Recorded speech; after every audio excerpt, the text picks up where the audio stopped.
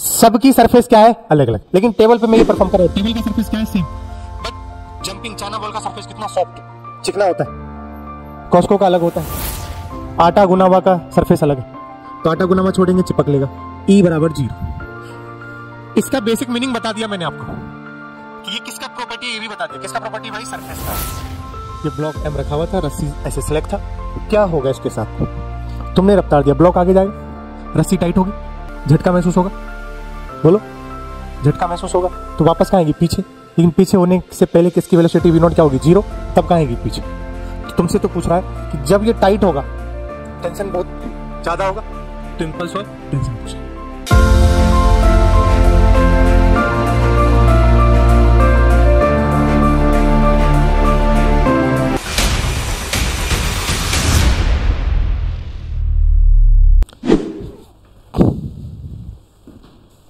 चलिए देखते हैं centre of mass lecture 8।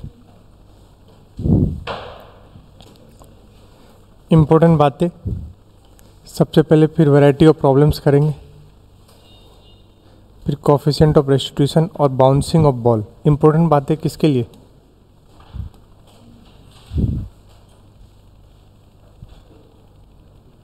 Important बातें सुनो, किस चीज़ की इम्पोर्टेंट बातें करूँगा?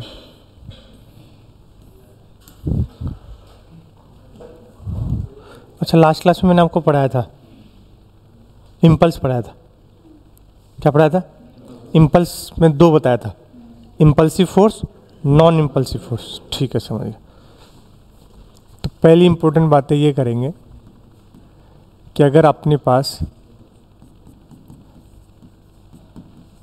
एफ डी टी, आपको मैंने बता दिया था कि अगर फोर्स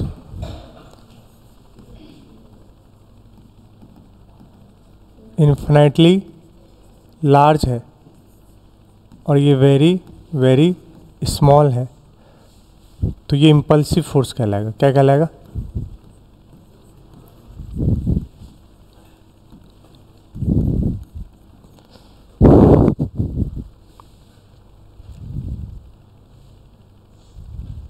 ठीक है, क्या कहलाएगा?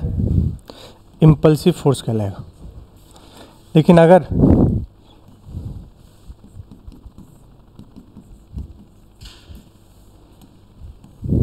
फोर्स क्या हो? फाइनाइट हो, और dt भी क्या हो? फाइनाइट हो, तो कैसा फोर्स कहलाएगा ये? Non impulsive.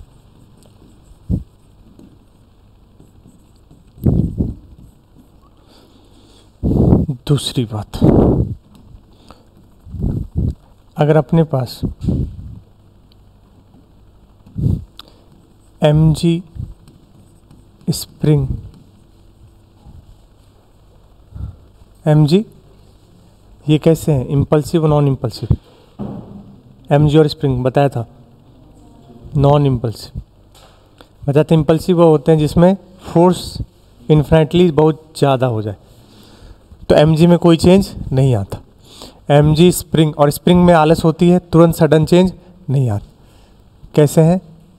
Are non impulsive.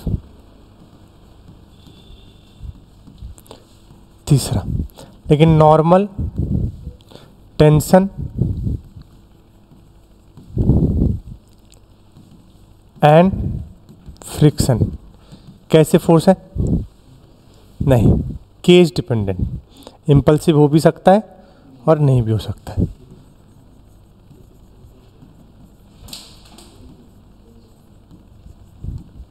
चौथी चीज, अगर आपके पास graph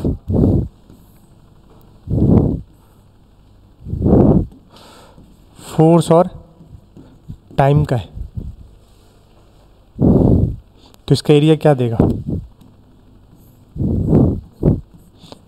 integration of Y D X, तो integration of F D T, और integration of F D T क्या देता है?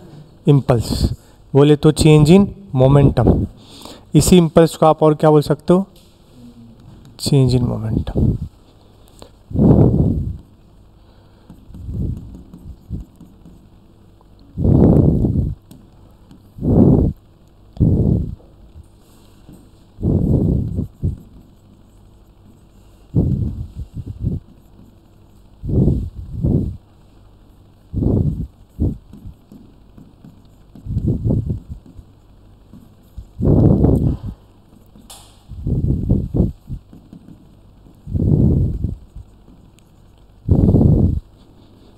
पांचवा,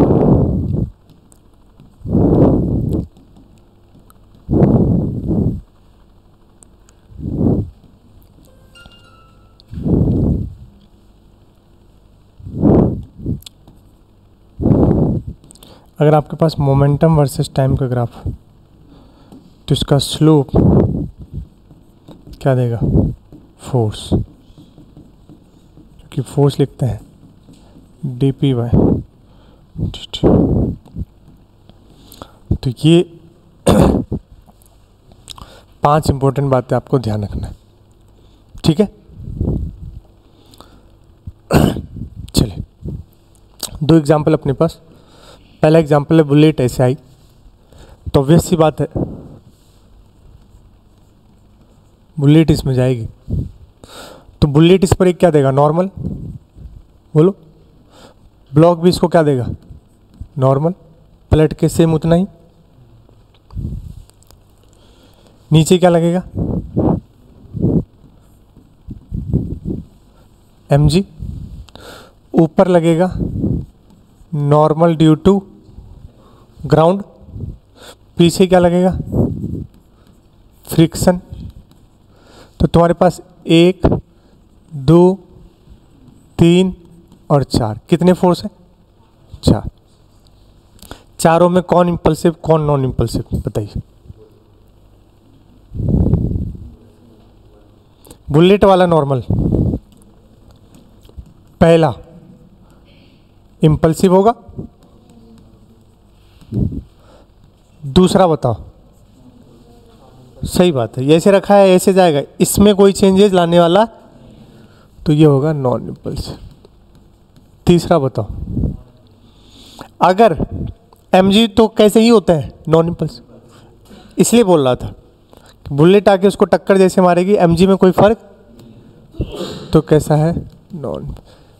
चौथा, चूंकि दूसरा नॉन इंपल्सिव है, क्योंकि फ्रिक्शन हम लिखते हैं म्यू इंटू नॉर्मल, इस जगह पर नॉर्मल ड्यू टू क्या होगा, ग्राउंड। और ये कैसा तुमने बोला, नॉन इंपल्सिव, तो फ्रिक्शन को भी कैसा होना पड़ेगा, नॉन इंपल्सिव। तो सिर्फ एक ही कौन है, इंपल्सिव, और वो बुलेट वाला जो जाके टक्कर मारेगा। लेकिन अगर हम दूसरे केस की बात करें तो आपको दिख रहा होगा बुलेट किसी एंगल पर आ रही है, अब ये इसको नॉर्मल ऐसे देगा और ये इसको नॉर्मल ऐसे देगा, नीचे फिर से क्या, फिर से ऊपर का, फिर से पीछे क्या, फिर से 4, 1 2 3 4। कौन सा इंपल्सिव कौन सा नॉन इंपल्सिव, पहला वाला तो पक्का इंपल्सिव होगा, बोलो। दूसरा वाला बोलो, इस बार दूसरा वाला भी क्या होगा, इंपल्सिव होगा। अब जो बच्चे सोच रहे हैं कैसे, तो जरा सुनिएगा। जब ये नॉर्मल ऐसे एंगल पर आया बेटा, तो इसके कितने कंपोनेंट होंगे, 2। नीचे क्या लगेगा, ऊपर नॉर्मल ड्यू टू, तो अब पहले नॉर्मल ड्यू टू ग्राउंड किसके बराबर था, mg। लेकिन अब normal due to ground mg के बराबर नहीं है, mg में और कौन जुटेगा, इसका कंपोनेंट, तो नॉर्मल ड्यू टू ग्राउंड अब क्या हो जाएगा, चेंज हो जाएगा। इसलिए हमने कैसा बोल दिया, इंपल्सिव। लेकिन mg तो जीवन भर, mg तो हमेशा क्या होता है, ये तो डायरेक्ट ही बोल दिया हूँ, mg होता ही क्या है, और स्प्रिंग भी क्या होता है, नॉन इंपल्सिव। चौथा, जब फ्रिक्शन होगा यहाँ पर म्यू इंटू एन जी, अब तुम कह रहे हो कि यही इंपल्सिव हो गया, तो इस बार फ्रिक्शन भी कैसा हो जाएगा, इंपल्सिव हो जाएगा। इसलिए बोला था नॉर्मल और फ्रिक्शन, यहां ये नॉर्मल इंपल्सिव नहीं है, बट यहां पर ये नॉर्मल इंपल्सिव है, केस पे डिपेंड कर रहा। यहां ये फ्रिक्शन इंपल्सिव, बट यहां फ्रिक्शन इंपल्सिव है। So that's why normal friction are cage spring. बचा कौन, और स्प्रिंग, दोनों पर चर्चा कर लेते हैं। 3 केस आपको दिख रहा है। पहले वाले रस्सी के केस में ये ऐसे जाएगा, ये ऐसे जाएगा, और ये ऐसे जाएगा, सेम।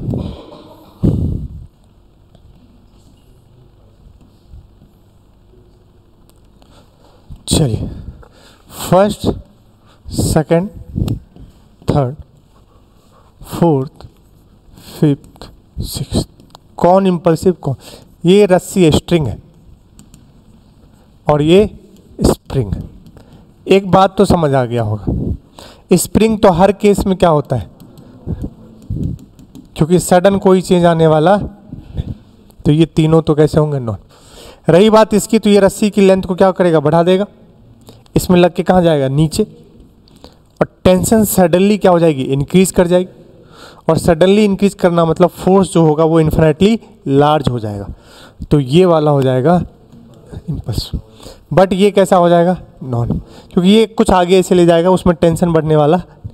ये वाला तो स्लैक ही कर देगा, ऐसे कर देगा ब्लॉक, तो ये वाला कैसा हो गया, नॉन। टेंशन हाँ बढ़ जाएगी, रस्सी टूट भी सकती है।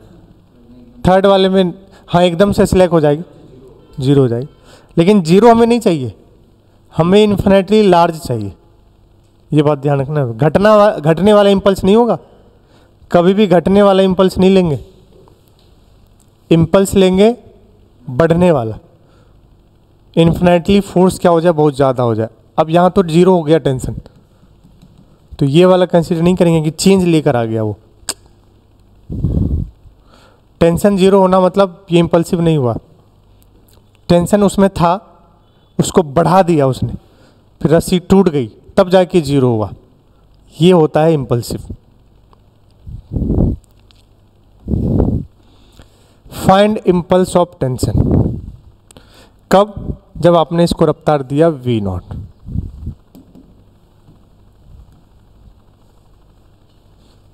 ये ब्लॉक m रखा हुआ था, रस्सी ऐसे स्लैक था, क्या होगा इसके साथ, तुमने रफ्तार दिया, ब्लॉक आगे जाएगा, रस्सी टाइट होगी, झटका महसूस होगा, बोलो, झटका महसूस होगा, तो वापस कहाँ आएगी, पीछे। लेकिन पीछे होने से पहले किसकी वेलोसिटी v0 क्या होगी, जीरो, तब कहाँ आएगी, पीछे। तो तुमसे तो पूछ रहा है कि जब ये टाइट होगा, टेंशन बहुत ज़्यादा होगा, तो इम्पल्स ऑफ टेंशन पूछा है। अब बच्चा जैसे ही सवाल देखता है, उसको लगता है कि साला इम्पल्स ऑफ टेंशन, इम्पल्स होता है FDT, टाइम तो इसने दिया ही नहीं। रियलिटी में समझना बात को,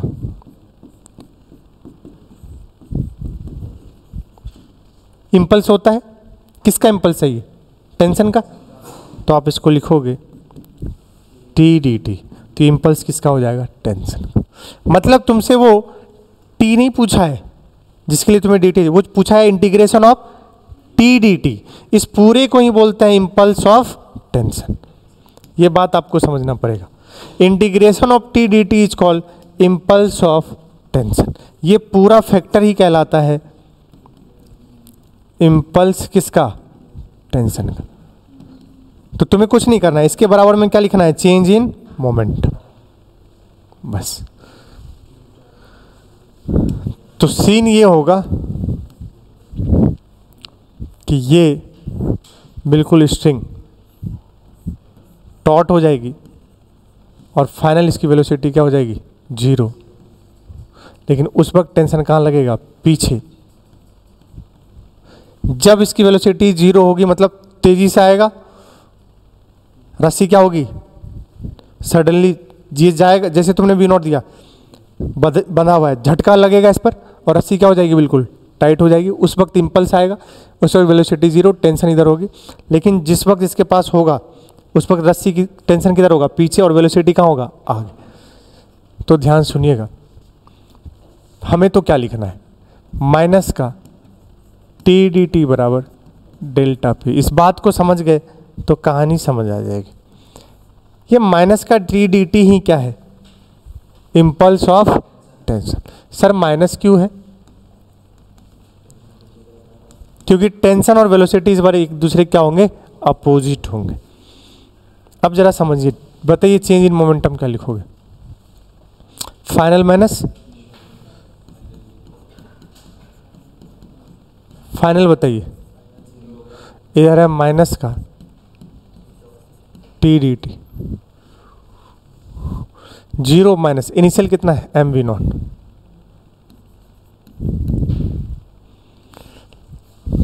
माइनस से माइनस निपटा दूं तो टी डी टी क्या आ गया, एम बी नॉट। यही है इम्पल्स ऑफ टेंशन।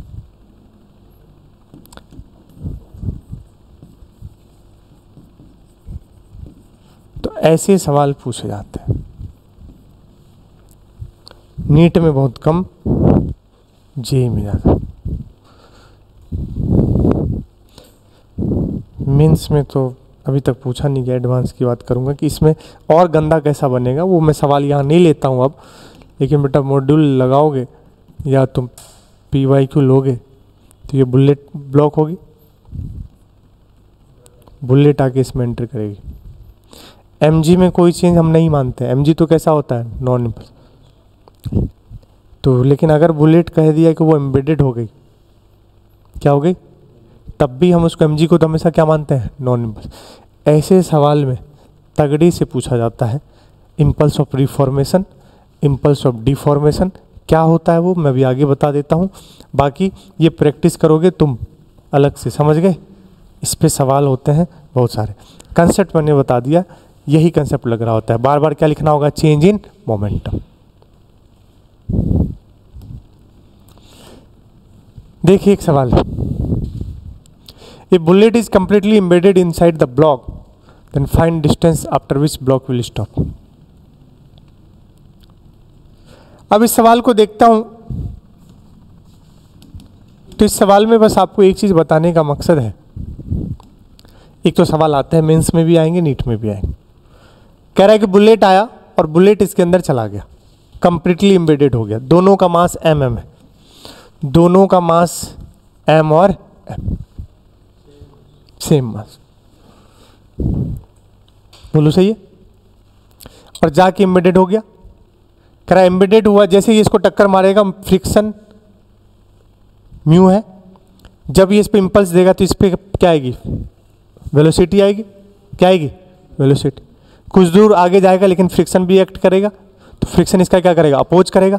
फिर ये ब्लॉक क्या हो जाएगा, रुक जाएगा। तो पूछा है कितना दूर चल करके रुक जाएगा। Find the distance after which block will stop. प्यारा सा सवाल है और अच्छा सवाल। मान लेते हैं आई बुलेट और इसके अंदर एंटर कर गई।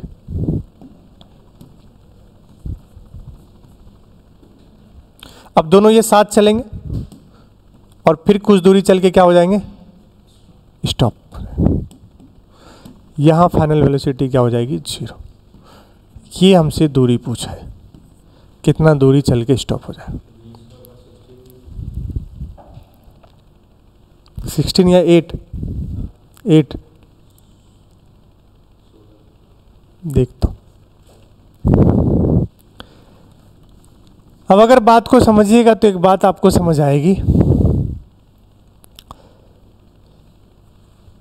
कि जब बुलेट बच्चा क्या करता है, ऐसे देखते ही एनर्जी कंजर्वेशन कर दिया। क्या कंजर्वेशन, एनर्जी, जो कि गलत है। पूछो क्यों? क्योंकि जब ये बुलेट इसको जाके हिट करेगा तो उसकी सारी एनर्जी उसके काइनेटिक एनर्जी में जाने वाली, साउंड भी होगा, आवाज आएगी, ब्लॉक का डिफॉर्मेशन होगा, गर्म कर देगा उसको बुलेट जाके, समझ रहे हो क्या बोलो। तो फिर हीट में भी जाएगा, तो डायरेक्ट एनर्जी कंजर्वेशन नहीं।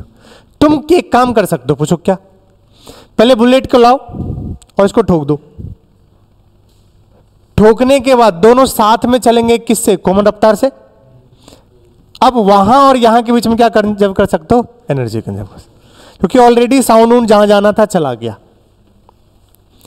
इस सवाल को तुम्हारे में तो ठीक है, जेईई में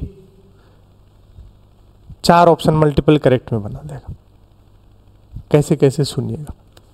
पहला बताओ, यहां और यहां में energy conservation can be applied, तो जो कि बिल्कुल सरासर गलत। कहां और कहां में एनर्जी कंजर्वेशन अप्लाइड होगा, बुलेट जब एम्बेडेड हो जाएगी और फिर जब वो रुकेगी, इन दोनों के बीच में क्या कंजर्व कर सकते हो, एनर्जी कैन बी कंजर्व। क्योंकि भाई ये इसको इसमें अंदर गया तो उसमें जो साउंड हीट जो होना था हो गया। अब यहां पर जो इसके पास एक वेलोसिटी आएगा वही जाकर के क्या हो जाएगा, रुक जाएगा। कौन खाएगा उसको? फ्रिक्शन खाएगा। कौन खाएगा? फ्रिक्शन खाएगा। ये सही है। लेकिन डायरेक्ट हम करते तो, क्योंकि हमारा हीट में जो आ रहा है, जो साउंड में जा रहा है, वो कहाँ से लाएंगे हम, इसलिए। ठीक है। अरे मेरा कहने का मतलब एनर्जी तो हमेशा कंजर्व होगा, लेकिन आप कैलकुलेट नहीं कर पाओगे वैसे करोगे। दूसरी बात, तो यहां से यहां क्या कंजर्व होगा बताओ? मोमेंटम। नेट फोर्स 0, क्योंकि जैसे ये इनसाइड एम्बेडेड होगा, ये उसको नॉर्मल कहां देगा? आगे। वो इसको नॉर्मल कहां देगा? पीछे। ध्यान सुनना, जब मैं ये बोलता हूं नेट फोर्स 0, बच्चा चिल्ला उठता है। पता है कैसे? बच्चा कहता है कि ब्लॉक और बुलेट इसके अंदर गया, चलो ठीक है, ये इसको नॉर्मल आगे दिया और ये इसको,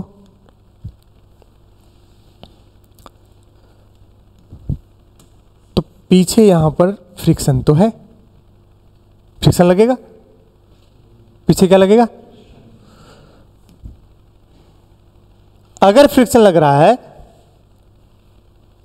तो अगर तुम देखोगे तो नेट फोर्स फिर 0 रहा नहीं, और 0 नहीं रहा और तुमने मोमेंटम कंजर्व कर चुके हो, तुम लगा चुके हो, तभी आंसर आएगा पी इनिशियल बराबर।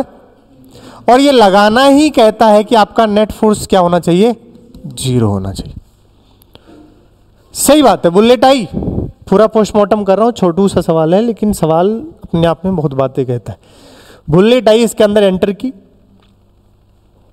अब अंदर एंटर की तो हम ये सोच रहे हैं भाई साहब, तुमने तो बिल्कुल सही, ये नॉर्मल इसको देगा, ये देगा, एक्स में नेट फोर्स तुम्हें लगा क्या है? 0।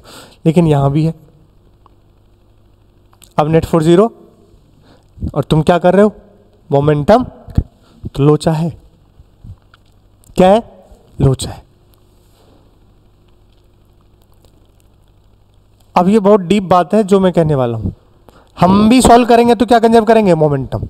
सुनना डीप बात क्या है, तुम्हारे में पता नहीं, तुम्हारे में कैसे, इसीलिए मैंने प्लॉटिंग कर दिया था पहले कि जब बुलेट कभी ऐसे जाएगी तो ये वाला फ्रिक्शन रहेगा नॉन इंपल्सिव। नॉन इंपल्सिव मतलब इसके रहने से, नहीं रहने से कोई फर्क नहीं पड़ेगा। सुन लीजिए फिर से, जब ये, अगर वो इंपल्सिव हो जाता फिर अपन मोमेंटम कंजर्व नहीं कर सकते।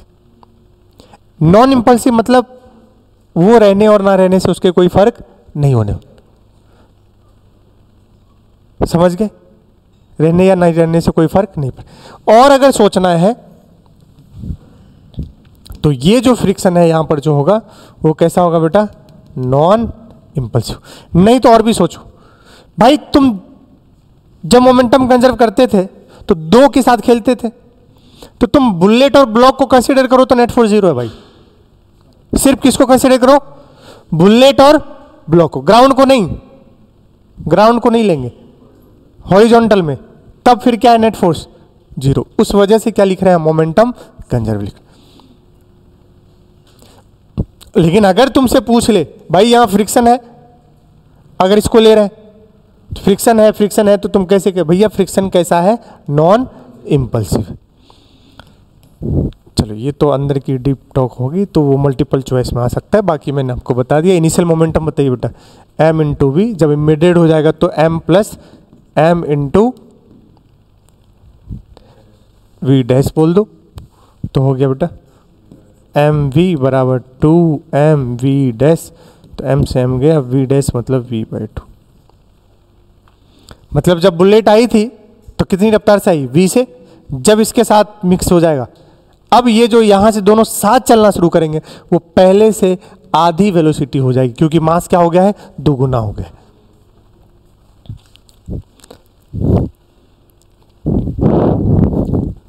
अब यहां से यहां चलेगा, पीछे कौन लगेगा? फ्रिक्शन। फ्रिक्शन पीछे, फोर्स कहां? पीछे, तो एक्सेलरेशन भी कहां? पीछे, बट वेलोसिटी कहां? रिटार्डेशन। क्या होगा? रिटार्डेशन। और धीरे धीरे स्पीड क्या होगी? डाउन होगी, और कम होते होते क्या हो जाएगी? 0। यही तो पूछा है, तब तक में कितना चल लेगा। तो तुम खुद बताओ, यहां पर एक्सेलरेशन पहले बताओ क्या लिखोगे? यहां कौन सा फोर्स जिंदा? फ्रिक्शन अपॉन में मास। फ्रिक्शन बताओ, म्यू बोलो, अपॉन में टोटल मास 2m, तो कितना आ गया? म्यूज। गलती समझ गए? एक ऑप्शन पहला ही होगा 16। एक्सेलेरेशन क्या हो गया? म्यू इंटू जी। अब सुनिएगा, मैं अभी बताऊंगा उसने क्या कर दिया था। आप समझे उसने क्या कर दिया था? उसने फ्रिक्शन ले लिया होगा म्यू एम जी, या नीचे 2m कर दिया होगा, या ऊपर 2m तो नीचे m कर दिया होगा, जबकि दोनों ही अब 2m है, तो इसलिए कोई फर्क नहीं पड़ेगा। अब एक्सेलेरेशन देखो, म्यू तुम्हारा कांस्टेंट होगा सरफेस का, और जी तो क्या होता है? कांस्टेंट। तो ए ही क्या हो गया? कांस्टेंट। और जैसे ही जीवन में ए कांस्टेंट दिखता है, चीख चीख कर हम चिल्ला उठते हैं, वी स्क्वायर बराबर यू स्क्वायर प्लस 2s, मतलब इक्वेशन ऑफ मोशन। तो लगा देंगे वी स्क्वायर बराबर you square plus 2a into S. ये सारा कांड जो हो रहा है वो एक्स में हो रहा है, क्योंकि नेट फोर्स किस में 0 है? एक्स में। mg में, y में तो mg है, हाँ, लेकिन mg और नॉर्मल क्या हो रहा है? बैलेंस हो रहा है, तो y में भी इस वक्त क्या है? 0। लेकिन हमें y में कंजर्व करने से कुछ मिलना नहीं। चलिए बताइए, लेकिन मल्टीपल चॉइस समझ गए ना? Momentum can be conserved in x direction, yes. Momentum can be conserved in y direction, y में भी नेट फोर्स क्या है? 0। बिल्कुल कर सकते हैं, लेकिन कोई जरूरत नहीं। और सही भी कंजर्व्ड है, y में पहले भी इनिशियल क्या था? 0, फाइनल भी क्या है? 0। x में कंजर्व्ड है, क्यों? क्योंकि नेट फोर्स क्या है? 0। जहां जहां नेट फोर्स 0 होगा वहां वहां कंजर्व कर लेंगे। चलिए, फाइनल वेलोसिटी आपको क्या करना है? 0। u कितना है बेटा? v/2 का whole square plus 2 into acceleration. Reality में म्यू जी नहीं है, माइनस का म्यू जी है, समझ गए? अरे समझे? क्योंकि इस पर एक्सेलरेशन फ्रिक्शन फोर्स कहां है? पीछे, तो बस माइनस का इंटू एस। आ गया आंसर।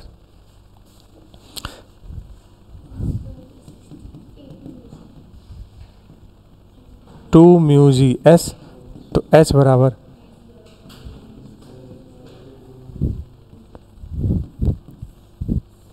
ये आंसर। तो ये इतना डिस्टेंस चलने के बाद ब्लॉक क्या हो जाएगा? स्टॉप हो जाएगा।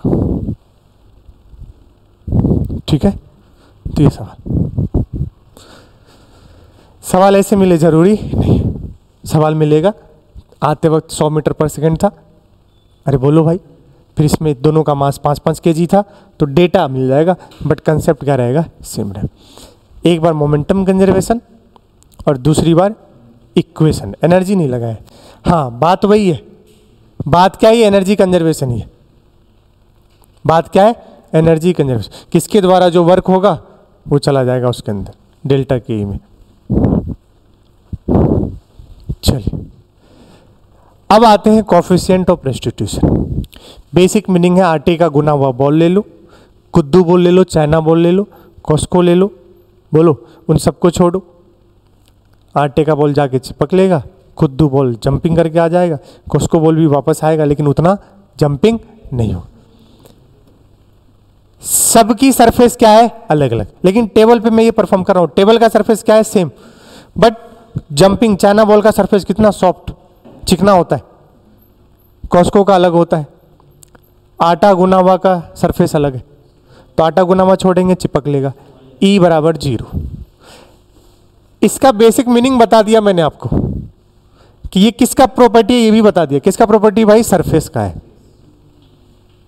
आटा गुना हुआ का अलग सरफेस है, कुद्दू बॉल चाइना बॉल अलग है, कॉस्को का अलग है, सब। इसलिए जब आटा गुना हुए बॉल को छोड़ेंगे तो कभी भी वापस तो नहीं है, मतलब गया। जब मैं इसको छोड़ा तो नीचे जाते वक्त वेलोसिटी आ चुकी थी √2gh, और टप्पा खाते ही उससे टकराते ही 0 हो गई, पूरा का पूरा एनर्जी लॉस। ऐसे कोलिजन को बोलते हैं परफेक्टली इन इलास्टिक कोलिजन, जब हमारा पूरा का पूरा क्या हो जाए? लॉस हो जाए। और ऐसे केस में E बराबर क्या होता है? 0। क्या होता है? 0। और अगर बिल्कुल ऐसा हमने मान लिया कि जैसे छोड़ा वैसे ही उसी वेलोसिटी से क्या टप्पा खाया होगा, जिस वेलोसिटी से उसी वेलोसिटी से रिटर्न हो जाए और जीवन भर ऐसे ही करता रहे, मतलब ई बराबर क्या है 1। ऐसे को बोलते हैं perfectly elastic collision, perfectly elastic collision. तीसरा कोस्को बोल, कुछ खत्म हो गया कुछ मिल गया तो पार्शियली इलास्टिक या पार्शियली, तो ऐसे केस में ई की वैल्यू 0 से लेकर 1 के बीच में होगा। 0 पर एग्जैक्टली परफेक्टली इनइलास्टिक, 1 पर परफेक्टली इलास्टिक, 0 से 1 के बीच में पार्शियली इलास्टिक और पार्शियली इनइलास्टिक। कभी भी माइनस में नहीं होता ई की वैल्यू, ध्यान से सुन लीजिए। लेकिन चलिए ये हमने आपको बेसिक बातें अभी बता दिया, लेकिन यहां पर हमने आपको क्या बताया सुनिए। मेरी स्कूटर ऐसे जा रही थी, इसने ऐसे टक्कर मारा एक्सयूवी 300 ने। अब टक्कर मारा तो डिफॉर्मेशन हुआ। क्या हुआ? डिफॉर्मेशन इस बात पे डिपेंड कर रहा था कि दोनों किस वेलोसिटी से जा रहे हैं। जितना ज्यादा वेलोसिटी होगा डिफॉर्मेशन, नक्शा उतना बिगड़ेगा। अरे बोलो भाई, नक्शा बिगड़ने के बाद रिफॉर्मेशन होगा। अब जितना जल्दी रिफॉर्मेशन हो जाए, रिफॉर्मेशन मतलब वापस उसका ढांचा क्या करवाओगे तुम, सही करवाओ, मतलब जितना वो गेन कर पाया। कभी कभी टक्कर होती है, लॉस में चला जाता है गाड़ी, कंपनी को घाटा हो रहा है, उसको ठीक कराने से कह रहा है लॉस है भाई, कंप्लीटली लॉस, हम नहीं कर पाएंगे, इसका जो बन रहा है पैसे वो तुम ले लो हमसे, उसको लॉस में डाल देते हैं गाड़ी। फ्लड आती है, फ्लड में गाड़ी रखी है, लॉस में चला जाता है, रहते रहते ही पानी गया, खत्म, अब उसका कोई मतलब नहीं, कंप्लीटली लॉस उसको बोलते हैं। अगर वो सही करवा पाया तो कितना सही करवा पाया, समझ गया क्या बोल रहा हूं? That is called reformation, that is called reformation. बस वही कह रहा है वो। क्या कह रहा है पहले मैं आपको समझाता हूं, फिर वो लाइन पढ़ना। आप कह रहा है कि ये दोनों टक्कर करेंगे, जाहिर सी बात है टक्कर करने के लिए U1 को किससे बड़ा होना पड़ेगा, U2 से। U1 को किससे बड़ा होना पड़ेगा, U2 से। ये आया, इसमें टक्कर मारा, दोनों के साथ इस वक्त टक्कर हुई, डिफॉर्मेशन होगा। ये पूरा चर्चा करूंगा कि इस वक्त क्या हो रहा होगा इसके साथ। क्या यहां से यहां काइनेटिक एनर्जी कंजर्व है, क्या यहां से यहां कंजर्व है, क्या यहां से यहां कंजर्व है, यहां कंजर्व नहीं है, इनिशियल ज्यादा था, फाइनल क्या होगा नहीं होगा, ये सब चर्चा कोलिजन में करेंगे। किस में करेंगे, कोलिजन। बहुत सारे टीचर एक साथ पढ़ा देंगे आपको कोलिजन और कोफिशिएंट ऑफ रेस्टिट्यूशन, मैं अलग पढ़ाता हूं। पहले कोफिशिएंट ऑफ क्या पढ़ा रहे हैं, रेस्टिट्यूशन, देन आफ्टर लास्ट जो टॉपिक होगा अपना क्या होगा, कोलिजन। मतलब समझो सेंटर ऑफ मास खात्मे पर है, 1-2 क्लास में सेंटर ऑफ मास क्या हो जाएगा, खत्म हो जाएगा।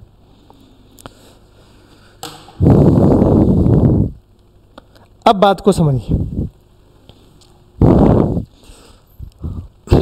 अच्छे से सुना कीजिए। थ्योरी जब पढ़ाता हूं मैं पूरा अच्छे से थ्योरी पढ़ाता हूं, थ्योरेटिकल सवाल वहीं से बनते हैं, बाकी तो प्रैक्टिस तो खूब करवा ही दूंगा। कहाँ मोमेंटम कंजर्व होगा, कब कब मोमेंटम कंजर्व होगा, कब नहीं होगा, कहाँ गया एनर्जी। अब सुनिए, टक्कर मारे, अब ये चले गए। ई पहले तो क्या बोला है उसने, ई होता है इम्पल्स ऑफ रिफॉर्मेशन अपॉन में इम्पल्स ऑफ डिफॉर्मेशन। बहुत ज्यादा काम में नहीं आते ये फॉर्मूले, पर समझ यहीं से आता है। लेकिन कभी कभी आपको रिप्रेजेंटेशन ऐसा कर देगा, नीट में कम, ठीक है, लेकिन फिर भी हमें समझ आनी चाहिए कि भाई देखो रिफॉर्मेशन, एफ डी टी ही इंपल्स होता है, एफ डी टी क्या होता है, तो रिफॉर्मेशन की बात कर रहे हैं तो यहां बेटा आर हो जाएगा। अब साला कहीं तुम्हें लिखे integration of F R D T, तुम समझ ही नहीं पा रहे हो काहे का मतलब, लिखवाते भी नहीं है teacher. F D T impulse of deformation, ये है पूरा। पढ़ो, द रेशियो ऑफ, अंडरलाइन करो, मैग्नीट्यूड, मतलब इसका मॉड लोगे आप, क्या लोगे, मॉड। और मॉड लेने का मतलब है कि ई कभी भी निगेटिव होने वाला नहीं, कह दिया वो इस लाइन से कि ई भैया कभी भी निगेटिव नहीं हो। The magnitude of impulse of restitution to that of, restitution मतलब रिफॉर्मेशन लिखो यार, ये इम्पल्स ऑफ क्या बेटा, reformation, to that of deformation is called the coefficient of restitution and it is denoted by E, जो आपके सामने रखा। लेकिन इस फॉर्मूले से तुम सवाल सॉल्व नहीं कर पाओगे, इस फॉर्मूले से सवाल सॉल्व नहीं कर पाओगे। सवाल सॉल्व कर पाओगे ये जो कह रहा है उसको हम अभी प्लॉटिंग करने वाले हैं, सुनिएगा ध्यान से। E बराबर, उसने बोला रिफॉर्म, रिफॉर्म कब होगा, टकराने के बाद जब जितनी दूर जाएंगे, that is called velocity of separation, velocity of separation. बराबर ये दोनों, इसको मैं इसी के बराबर कहूंगा, लेकिन सवाल इसी से सॉल्व होंगे। वेलोसिटी ऑफ सेपरेशन अपॉन में बताओ डिफॉर्म कितना, जितना ज्यादा पास आएंगे, that is velocity of approach, velocity of approach. अब खुद सोचो, सेपरेशन, ये सेपरेशन है और ये अप्रोच है। बच्चा भूल जाता है फॉर्मूला और उल्टा पुल्टा कर देगा। अरे भाई कहानी तो सुनो तुम, रियल लाइफ में जो होता है वही है भाई। ये आया, इसको टक्कर मारा तो ऑब्वियसली फील हो रहा है कि इसकी वेलोसिटी क्या हो जाएगी, ज्यादा हो जाएगी। हाँ, लेकिन ये डिपेंड करता है किसका मास नहीं है इस पर। बट एक रियल ऐसे सोच रहे हैं कि मान के चलो मासेस सेम है, वो आया तो इसको टक्कर मारेगा, इसकी वेलोसिटी क्या हो जाएगी, ज्यादा हो जाएगी। बोलो ठीक, नहीं फील करो। सेपरेशन, सेपरेशन इस बात पर डिपेंड कर रहा है कि इसकी वेलोसिटी तेज होनी चाहिए। बोलो ना यार, तो लिखेंगे V2 माइनस V1। और अप्रोच इस बात पे डिपेंड कर रहा है कि इसकी वेलोसिटी ज्यादा होना चाहिए, तो U1 माइनस U2। अब कोई गधा क्या करेगा, U2 माइनस U1 कर देगा, तो उसका क्या लो, मॉड लो। क्या लो, मॉड। इसीलिए यहां पर क्या लगा देते हैं, मॉड, क्योंकि वरना नेगेटिव आ जाएगी। और नेगेटिव ई चाहता नहीं है, क्योंकि ई होता नहीं है, ई तो हमेशा क्या होता है, पॉजिटिव। तो याद रखिएगा, आज के बाद फॉर्मूले दोनों ही डब्बे आपको याद रखने। और मैं चाहूं तो मैं इसी को लिख सकता हूं FR/dt अपॉन में FD/dt। बट ये फॉर्मूला बहुत इंपॉर्टेंट है, V2 माइनस V1 अपॉन में U1 माइनस U2। ये मैं ये मान के चला हूं कि यहां V2 किससे बड़ा हो गया, V1 से। रिलेटिव लेंगे, तुम तो इधर उधर कर लो, मॉड लगा दो, कोई दिक्कत नहीं। लेकिन साइन के साथ आगे चल के लिखेंगे तो उसमें ध्यान रखना हो, तो यही रटो, V2 माइनस V1 अपॉन में U1 माइनस U2। बट यह फॉर्मूला बच्चा रट लिया, पता ही नहीं है। आदत हमें क्या होता है, सुनना ध्यान से, आदत क्या होता है, सुनना, कि ये पीछे से टक्कर मारेगा, ये U1 कर देते हैं और ये क्या कर देते हैं, U2। सुन लेना ध्यान से, अगर तुमने गलती से यहां क्या कर दिया, U1, और इधर क्या कर दिया, U2, तो उस हिसाब से फॉर्मूले फिर चेंज होंगे। वैसे तुम बोल रहे हो मॉड ले रहे हैं, तो कोई दिक्कत वाली बात नहीं है, लेकिन अगर आप ये रटे हो तो मेरे हिसाब से ये रटो, ये हमेशा काम आएगा। अभी जब मैं कोलिजन भी पढ़ाऊंगा ना, तो यही काम कर रहा हूँ, इसी को U1 मानूंगा और इसी को U2, और इसी को V1 और इसको V2। तो ये फिगर के साथ ये पूरा डब्बा आपको याद होना चाहिए। वो मुझे पता है कि मॉड है तो नहीं भाई, कोलिजन में फिर तकलीफ है, तुम तो पूरा फिगर देख लो, U1 U2, बुद्धि लगाओ ना। ये इसको टक्कर मार रहा है तो इसकी वेलोसिटी क्या होनी चाहिए, ज्यादा। फिर अब दूर जाएंगे तो पीछे से इसने इसको टक्कर मारा तो इसकी वेलोसिटी क्या हो जाएगी, ज्यादा। तो वो कर दिया मैंने। अब रट लिए, तब भी गलत करोगे। क्यों, क्योंकि लगाना कहां है यही याद नहीं है। Always along the line of impact. अब ये क्या है, इसकी तुम चिंता मुझ पर छोड़ दो भैया। लाइन ऑफ इंपैक्ट क्या होता है ये हम बताएंगे। आप नाम से समझ आ रहा है लाइन ऑफ इंपैक्ट क्या होगा। जब दो टक्कर होंगे, और टक्कर होंगे मतलब कोलिजन, तो मैं कहां पढ़ाऊंगा ये चीज, कोलिजन। दो चीज होती है, एक लाइन ऑफ मोशन होता है और एक लाइन ऑफ इंपैक्ट होता है। एक लाइन ऑफ क्या होता है, मोशन। मैं बस अभी हल्का सा बता देता हूं बेटा।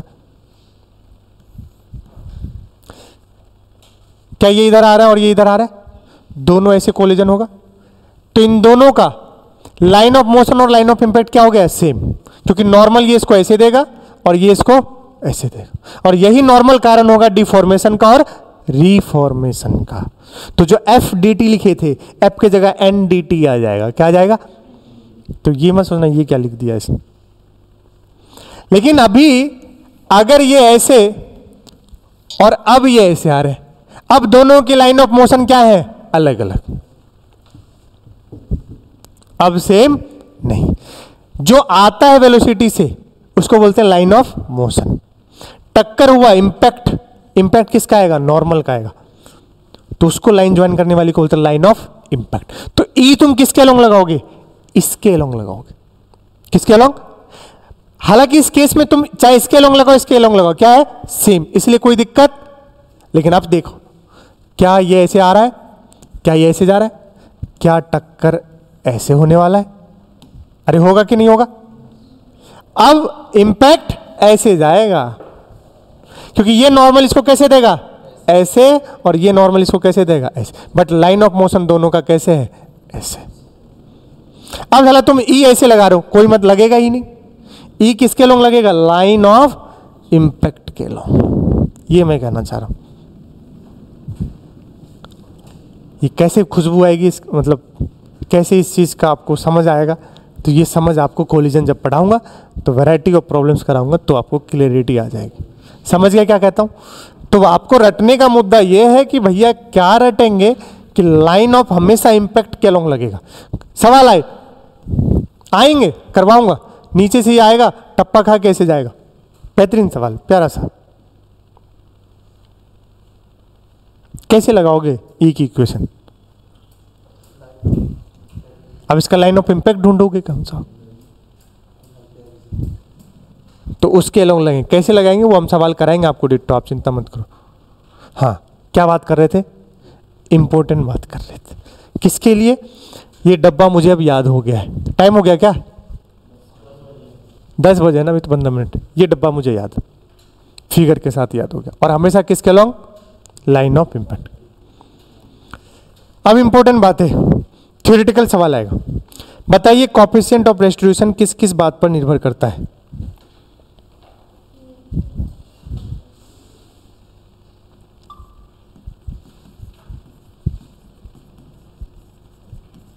थ्योरेटिकल सवाल आते हैं तो मैं लिख दे रहा हूं।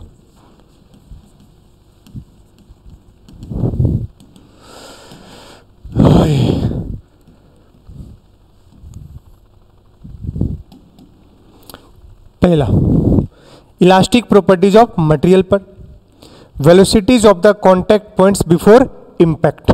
सुनिएगा ध्यान से, अभी तो मैंने आपको मटेरियलिस्टिक प्रॉपर्टी सिर्फ बताया था, बट इस बात पे भी निर्भर करता है कि टक्कर कितनी तेजी से हुआ है। क्या बोला मैंने, elastic properties of material.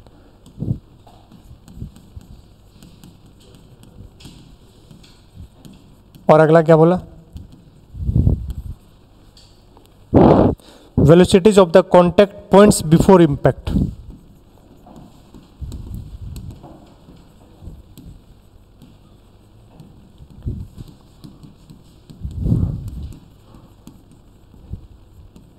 Before impact, state of rotation of bodies, state of rotation of bodies, body के रोटेशन पे भी निर्भर करता है। और एक last, in fact temperature of bodies.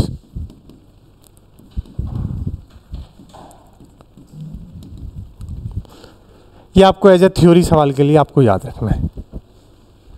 इन बातों पर ये ई जो है हमारा वेरियस फैक्टर पे डिपेंड करता है, टेम्परेचर ऑफ बॉडीज पे। बताइए वैल्यू ऑफ ई,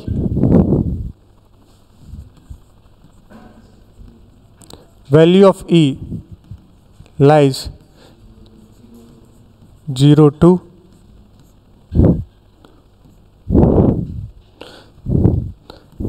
बताइए, ई जब 0 हो, ई जब 1 हो, और ई जब 0 से 1 के बीच में, लिख दीजिए जल्दी से, बता दीजिए। परफेक्टली इनइलास्टिक मतलब क्या है रे? Completely, complete loss, complete loss.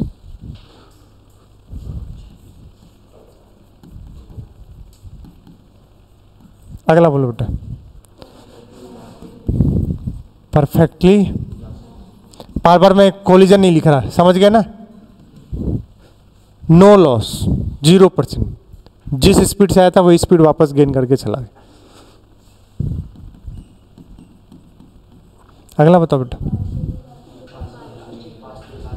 Yes, partially elastic,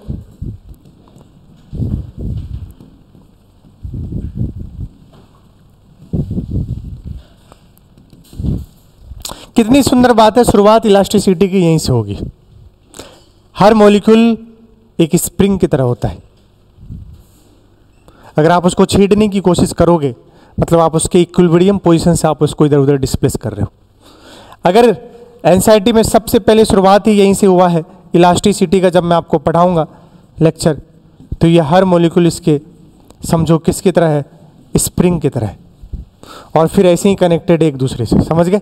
तुमने यहां फोर्स लगाया, मस्त चिल मार रहा था ये, तुमने इसको क्या किया?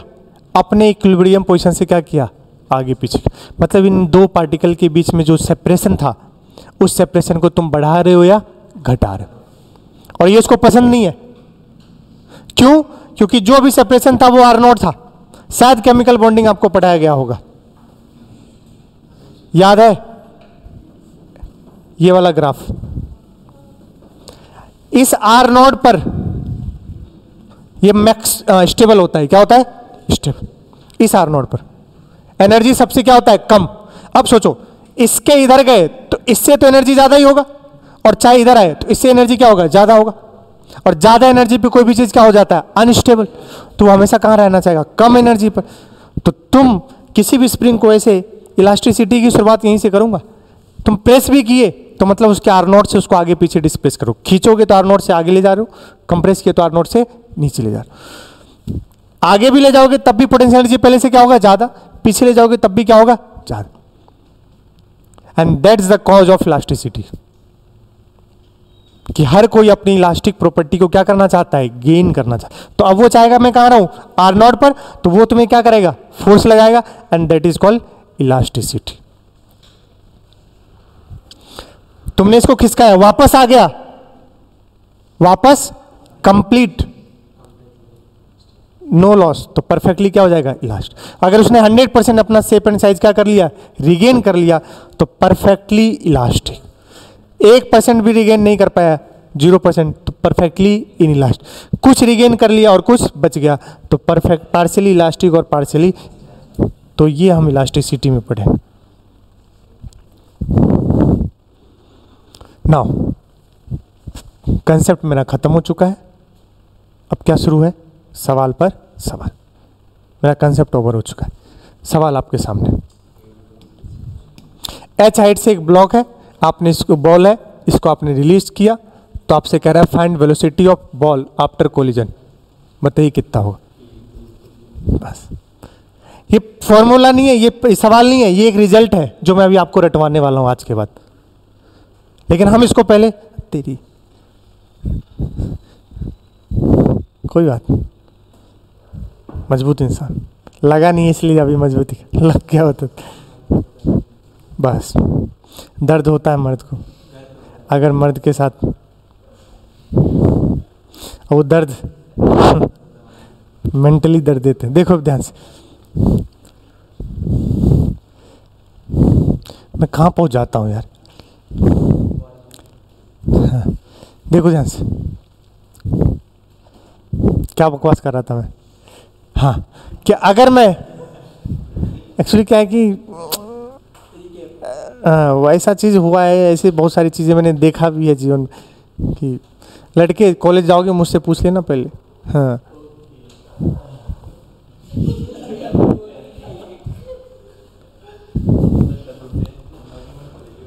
देखो, इसका रिजल्ट आपको रटा होना चाहिए जैसे उसने खटाक से बोल दिया। ठीक है, अब सुनिएगा, तुम मुझे ई की इक्वेशन लिख के दिखाओ और तब लगाओ फॉर्मूले, तब लेकर आओ। अब सुनिएगा, अब बॉल को हमने यहां से रिलीज किया, बॉल जब यहां पहुंचेगा तो उसके पास एक वेलोसिटी आ चुकी होगी। बोलो, अभी देखना तुम, आंसर तो तुमने बता दिया, उसने बता दिया, तुमने भी सुन लिया, तुमने भी बता दिया। अभी मैं बोल दूं ना ई की इक्वेशन लगाने, मर जाएंगे बच्चे। इसका V1 0 V2 कुछ मान लेंगे। भाई ये अभी यहां है, कहां ले जाओगे इसको? नीचे। जब उससे टक्कर होगा तब की बात है, समझ गए?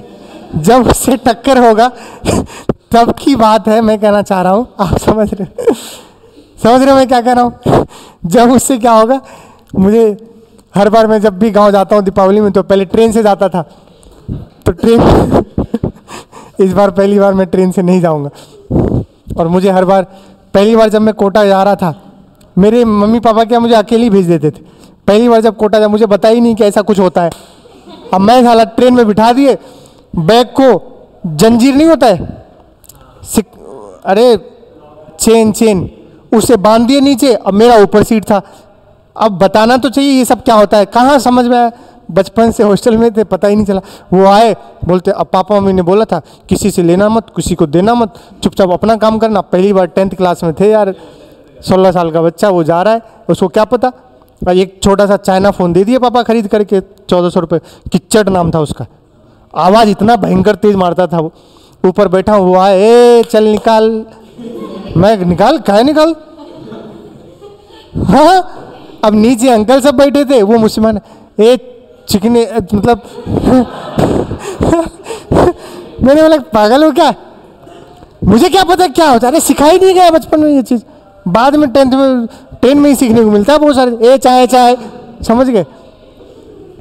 मैं नहीं दे रहा, बोले। तो फिर मुझे एक अंकल थे नीचे, बोले बेटा नीचे आओ, मुझे बिठाए, बोले दे दो 10 रुपये। मैं बोला काहे? तो दो तो सही तुम।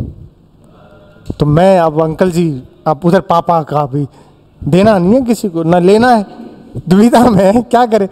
वो बदमाशी करे लगे सामने, ऐसे ये चिकने, ये मतलब बेटा निकाले तुम 10 रुपये। फिर निकाला, मैंने इसको दे दिया, वो चले गए। फिर उस दिन मुझे अंकल ने बिठा के पूरी समझाया कि क्या होते हैं ये लोग, इनका आशीर्वाद। फिर वो अंकल ने बोला इसके सिर पे हाथ रख के आशीर्वाद दो, जा रहा है ये। फिर वो आशीर्वाद भी, जाओ सफल हो। अब फिर उसने समझाया कि इनका आशीर्वाद लगता है, ये वो आए तो दे देना चाहिए, तब जाके सुन। तभी से, और जब भी ट्रेन में जाओ तो आ ही जाते हैं ऐसे करते करते। आती मैं पहले ही 20 रुपये निकाल लेता हूँ, प्लीज़ ले जाओ, और पूरा अच्छे से आशीर्वाद लेता हूँ, फिर भेज देता हूँ। बिहार की ट्रेन में तो मिल ही जाएंगे, कुछ तो मेरे दोस्त ही बन के आ जाते हैं, चल निकाल भाई। भाई हम लोग जब भी जाते थे 8-10 का ग्रुप होता था साला। पता चला उधर से, अब जैसे बहुत देर तक बिहार के बीच में रास्ते मिल ही नहीं रहा कुछ। सौरभ झा भाई साहब, मेरा दोस्त याद है मुझे, उधर ए मूंगफली, तो हम लोग कहाँ गए, कहाँ साली मारूंगा, दोस्त ऐसे मजे ले रहा भाई साहब। अरे बहुत मजे आते थे कोटा से जब घर जाते। चलिए आइए, हाँ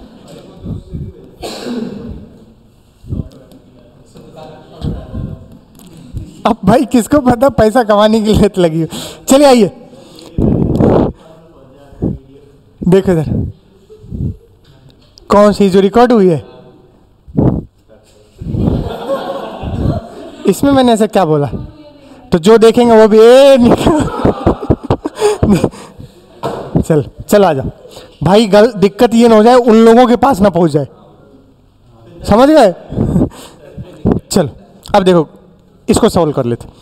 ग्राउंड तो कहीं जाने वाला नहीं है बेटा, आप इसको दो ऑब्जेक्ट की तरह मानो। U1, इसको मैं ऐसे बना देता हूं आपके सामने, ये बेटा U1, बोलो। इसके नीचे रफ्तार ऐसा हाइट नीचे जाएगा तो इसके पास क्या आ जाएगा, √2GH। तो इसका रफ्तार मान लो U1 का कितना है, √2GH। बोलो सही है। ये जाके दूसरे से टकराया था, बोलो। अपने अभी उसमें जनरल वाले में दूसरे का भी वेलोसिटी क्या था, U2, बट यहां पर ग्राउंड किस पर है, रेस्ट पर। तो इसका ग्राउंड का वेलोसिटी क्या मान लोगे, U2 0। क्या मान लोगे, 0। अरे कुछ तो बोलो, ये जस्ट टकराने से पहले का सिचुएशन है। जब भी जीवन में हम सॉल्व करते हैं ये इक्वेशन लगाते हैं, just before collision, just after collision, momentum conservation, just before collision और जस्ट आफ्टर कोलिजन। तो अब जैसे टकराया, टकराने के बाद ये ग्राउंड तो वही रहेगा, तुम पलट जाओगे, मतलब ये ब्लॉक क्या होगा, पलट करके इधर आएगा। यही तो हमें पता करना है। अरे find velocity of ball after, तो तुम इसको v मान लो। चलो, टकराने के बाद ये गया ऐसे, तेरी ऐसे, और टकरा के बेटा वापस आएगा। ये तो कहीं नहीं जाने वाला, इसके पास तुमने क्या मान लिया, v, हमें यही v चाहिए। इक्वेशन बताओ क्या लगाते हैं, v2 माइनस, तुम खुद सोचो, पहले तो नीचे देखो, u1 कितना, देखते रहना, कुछ गलती ना करो। बताओ बेटा, v2 क्या मानोगे, कौन होता था v2 टकराने के बाद, चेक करो ना, जो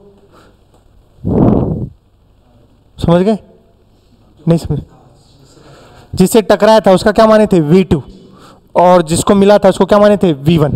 तो सोचो, ग्राउंड तो कहीं जाने वाला नहीं है, v2 तो बेटा क्या है 0, माइनस v1 उसी डायरेक्शन में था देखो, लेकिन तुम्हारा बॉल क्या हो गया, पलट गया, तो माइनस का v1। अरे यार, तो माइनस का v1 को क्या माने हो v, इधर आ गया e, तो माइनस माइनस क्या हो गया प्लस, तो v बराबर देखो क्या आ गया e√2gh।